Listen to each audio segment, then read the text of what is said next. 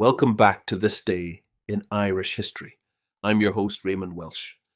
Before we dive into today's story, if you'd like to explore other significant events that happened on this day in Irish history, visit thisdayirishhistory.com. The link is in the episode description. Now, let's journey back to May 14th, 1652, and the harrowing death of Brian Mac Giolla Phádraig, a poet, priest, and staunch defender of the Gaelic tradition who was brutally beheaded near Durrow by Cromwellian troops. His killing was not just a tragedy of war, it was a symbol of the systematic dismantling of Irish cultural and intellectual life during one of the darkest chapters in Ireland's history. Brian Mac Giolla Phádraig was born into the noble Mac Giolla Phádraig, Fitzpatrick, dynasty of Ossory, in what is now County Low. His family had long held regional power, and as a member of the Gaelic elite, Brian was part of a class that had historically supported Irish culture, language, and Catholic religion. As a poet, he was a torchbearer of the bardic tradition, and as a cleric, he ministered to a population increasingly under siege, spiritually and physically, by English colonial rule. But by the mid-17th century, the world that had nurtured him was collapsing. Following the Irish Rebellion of 1641 and the subsequent Confederate Wars, Oliver Cromwell's arrival in Ireland in 1649 marked the beginning of a brutal campaign to crush Catholic resistance and assert parliamentary control.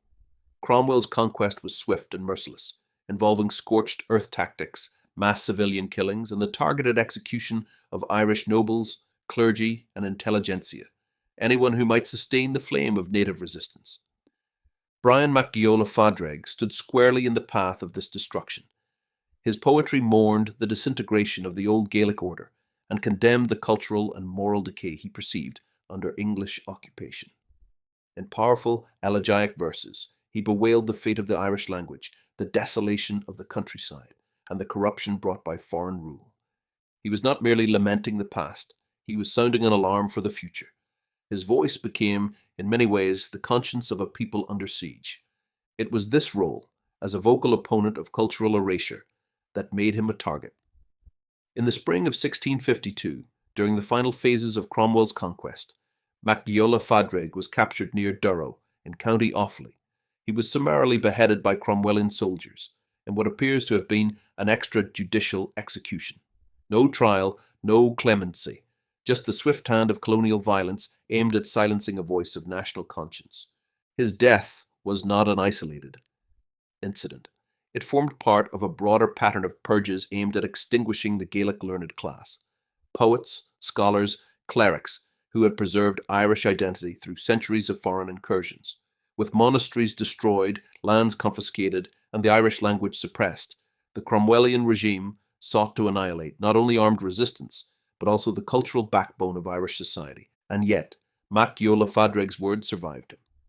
Though much of his work was scattered or lost in the chaos, fragments remain, a poetic testament to a man who refused to bow in silence.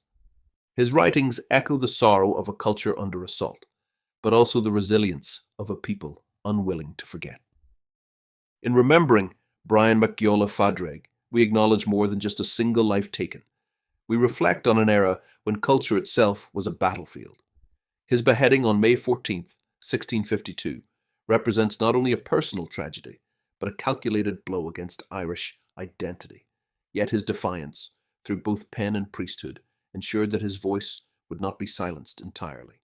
His life and death serve as a solemn reminder of the cost of cultural resistance and the enduring power of memory.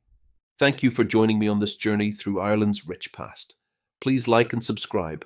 And until next time, I'm Raymond Welsh. Slán go foil.